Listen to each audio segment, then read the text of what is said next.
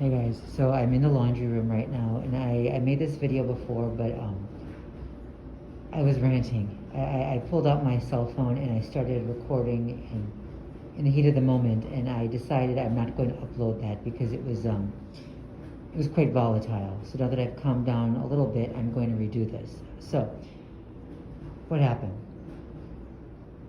Well, I came up to do the laundry, and a guy walks in, and okay, fine, he puts his clothes in the washer, whatever. A while later, a woman walks in, and she's a perpetrator. I know she is. And incidentally, I'm in the lounge area right now, but I'm filming the direction that I'm filming into the area where the washers are. I'm not going to show everything, but I'm pointing right at the trash because I'm talking about trash. Okay, so what happened?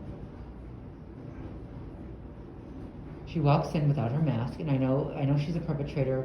You know, I've seen her before. She's made comments before. She's made gestures before, and you know, they know that I'm a germaphobe. And right now, Chicago is in a pretty bad place when it comes to COVID. We're coming close to lockdown. We've been ordered to stay, you know, to shelter in place unless we absolutely have to go out, you know, to the doctor, to the hospital for a necessary job, something like that, for groceries. But COVID is spreading here like wildfire, so we're being told to be extra careful, and masks are required in the building, right? If I, for example, if I were to go out without one, I would be called on it, I would be reported. We might even be kicked out of here, with good reason, right? But she's always out there without the mask, and they're showing me that they can do it, but I can't, that they can get away with anything, right? Because if I were to report her, nothing would have happened. Nothing would have happened. Anyway, so she walks in and she starts having a directed conversation with the other guy who was in that area by the washers and by the washers and dryers. And they were referencing things that I said and did in the apartment, things that I said to my mom, things that I just kind of said out loud. They started having a pretty depressing conversation about dead mothers, which, of course, that's going to upset me, you know. And the woman, the entire time, she's making the same hand gestures that I always make. So she's copying my hand gestures. And since I try not to do that when I'm out in public, you know, she's copying what I do in the apartment. And she's talking loudly, and of course she doesn't have her mask on, and there's spittle coming out. And so I'm standing in the room that I'm in now, in the lounge area, because I'm not going to go in there and risk catching something. Then, you know, she stalls for a while. And oh, and by the way, too, she walked in with an empty pizza box, which she held up as she walked past me, almost as if she was presenting it to me. Why? Because I've been craving pizza like crazy. You know, I've been trying to eat healthy for a little over a year now. I've been getting in shape. I've been losing weight. And of course, I went vegan. But recently, I've been absolutely craving pizza like you wouldn't believe. And today, I saw a video online about someone who made, you know, she was talking about Pizza Hut having a vegan option, and she called it Beyond Pizza. So I looked that up, and it looked so good. I was just, you would not believe these cravings. They're insane. But as it turns out, it was only the sausage on it that was plant-based. It was Beyond sausage, I think. But the cheese was still dairy cheese, so that was a bummer. Either way, though, the Pizza Hut by us is not open now. We can't get them to deliver anyway, so it doesn't matter. But anyway, the cravings were bad, and I was almost... God, you just don't understand these cravings. But anyway, so she, of course, walks in with the pizza box, holds it up, throws it in the garbage, just to, again, reference something that's going on in my life and to torment me a little bit, right? Okay, so she walks out. And as she's walking out, she starts moving her hands back and forth, swinging her arms back and forth the way I do in the apartment when I walk back and forth. You know, everybody knows now that I've taken up jogging back and forth in the apartment. But when I'm not doing that, I will sometimes walk back and forth just to release, you know, release steam, let off some steam. It's a studio, and we're not allowed to really wander the building if we don't have to. It's kind of claustrophobic. So she was copying the way that, as I walked out, and she looked back a little just to make sure that I was paying attention. She was copying the gestures I make in the apartment, and it's difficult because they're showing me that they can see what I do in the apartment. And, you know, I don't like being looked at. I don't like being watched. Even when I was a child, I hated having eyes on me, and I would cower, and I would almost run away. I would hide. It was a horrible feeling. It was a claw out of your skin feeling. And now they're trying to show me that I'm being watched 24/7, even in the apartment. I mean, this is perverse. This is so sick. This kind of invasion. This, you know, it. And there's nothing I can do about it but stand there and take it as they rub it in. And this is why a lot of targets snap violently, because they're tormented and tormented and tormented in the sickest, most perverse ways. You know, people come into our homes and turn a clock back, or open a window, or you know, do something to let us know that they were there when we weren't, either when we weren't there or we were sleeping, or something like that, just to show us that we have no privacy. They can come in whenever they want. We're not safe anywhere. It's conquest. It's total invasion, where you can never have a moment of rest. You can never feel safe. And then they show you that they can watch you even in the bathroom, right? Even in the toilet. You don't even have that dignity. They're showing you that, you know, they own your body, which is the sickest thing. I mean, it is perverse. And there's nothing you can do about it. They force you into a situation where you have to stand there and take it as they rub it in your face. And what they're trying to do is get the target to snap violently. Then they get the target to discredit him or herself, right? You go insane, you end up in a psych ward, okay? You act out violently and attack one of these sick animals, you go to prison. And either way, you're discredited. So, that's exactly what they want. You know they're not trying to catch a real criminal because they're trying to set people up.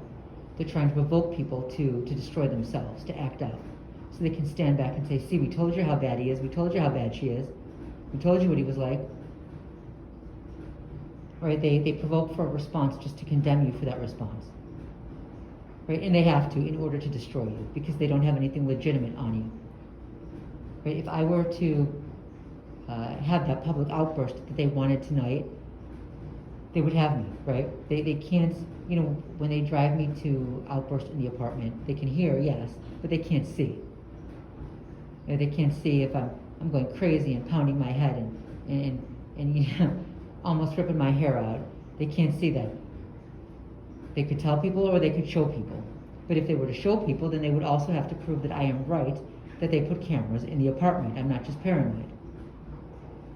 Right? They would have to prove me right, so they're not going to do that. But if I were to snap out here and go that crazy out here, well, then they would have that proof.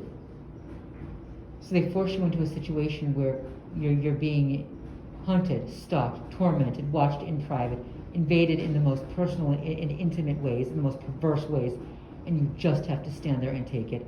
And this is why targets snap, some violently. And it's why I try to tell, you know, other targets, you've got to find some way to pull back, because what they want is for you to snap violently. They want you to attack one of these sick animals, because then you end up in prison completely discredited. Right? Don't give them what they want. Anyway, so the witch left. Okay, she walks out, swinging her arms back and forth, copying what I do in the apartment. A few minutes later, she walks back in, again without a mask, with another guy who's also not wearing a mask.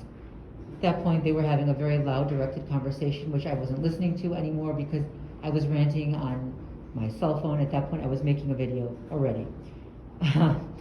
And you know, I'm sure they could hear me, at least some of what I was saying.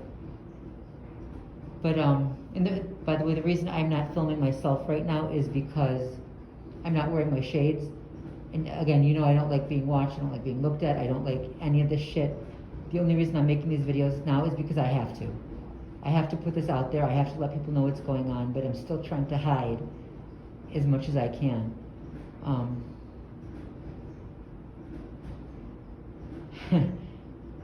In this situation, you can't hide. Can't even hide yourself taking a dump, wiping your ass.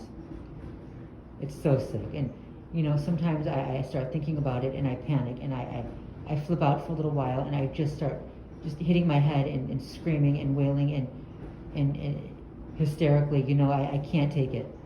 And then I pull myself back together and try to forget about it for a little while, because it's the only way I can survive this, is to block it out for a little while.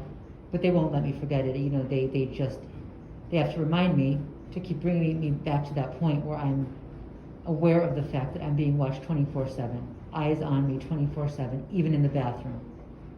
And it's literally, I want to crawl out of my skin. I cannot fucking stand it. And they know that. And they want that reminder in person because they want me to just snap, when I'm not in the apartment. And they want to normalize this. I think partly they want to get society to a point where we just accept this kind of subsistence. No freedom, no privacy, not even to wipe our ass in private, right? No dignity, no humanity. They want to get us to a point where we just block it out and allow it because we can't stop it. And the masses go along with it. They don't give a damn because right now it's not happening to them, but it will happen to them. And by that point, they'll just be conditioned to accept it, like mindless sheeple they are. They don't care.